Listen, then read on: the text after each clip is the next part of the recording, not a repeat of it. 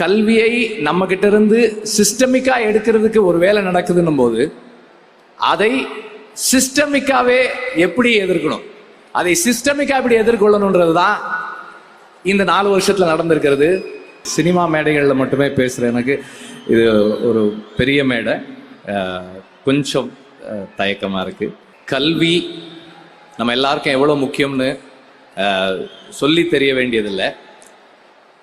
தமிழ்நாட்டில் எப்போதுமே கல்விக்கு முக்கியத்துவம் இருந்திருக்கு. அப்பா அம்மா எவ்வளோ கஷ்டப்பட்டாலும் சாப்பாட்டுக்கு வழி இல்லைனாலும் பிள்ளைங்களை படிக்க வைக்கணும்னு நினைப்பாங்க.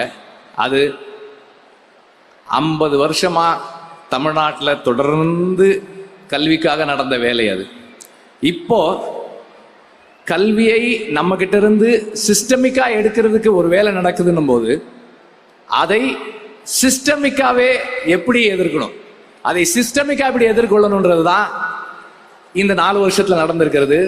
குறிப்பா இந்த மேடையில் நாம பார்த்த அந்த உயர்கல்வி இந்த வருஷம் சேர்ந்த அந்த மாணவர்களுடைய எண்ணிக்கை இருக்கு இல்லையா, அது எனக்கு ரொம்ப நெகிழ்வாக இருந்தது.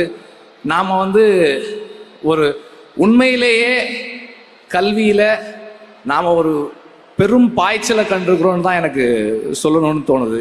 இது சாதாரண விஷயம் இல்லை. ஏன்னா நாம் அங்கே போயிடக்கூடாதுன்றதுக்கு அவ்வளோ வேலைகள் நடக்குது. ஆனாலும் நம்ம அங்கே போவோம், எப்படி போக வைக்கணும்னு எங்களுக்கு தெரியும்னு செய்கிற ஒரு செயல் ரொம்ப ரொம்ப ரொம்ப நன்றிக்குரியது. நாம் ரொம்ப அந்த அந்த மாணவர்கள் போல நாம் எல்லாருமே ரொம்ப நன்றியோடு இருக்கணும். காலை உணவு ரொம்ப முக்கியம். பள்ளியில் அது கிடைக்குதுன்னும் போது அதுக்காகவே பள்ளிக்கு வர்றவங்க இருக்காங்க. பள்ளியோட நின்றுடாம பல பேர் பள்ளியோட நிறுத்திடுறாங்க.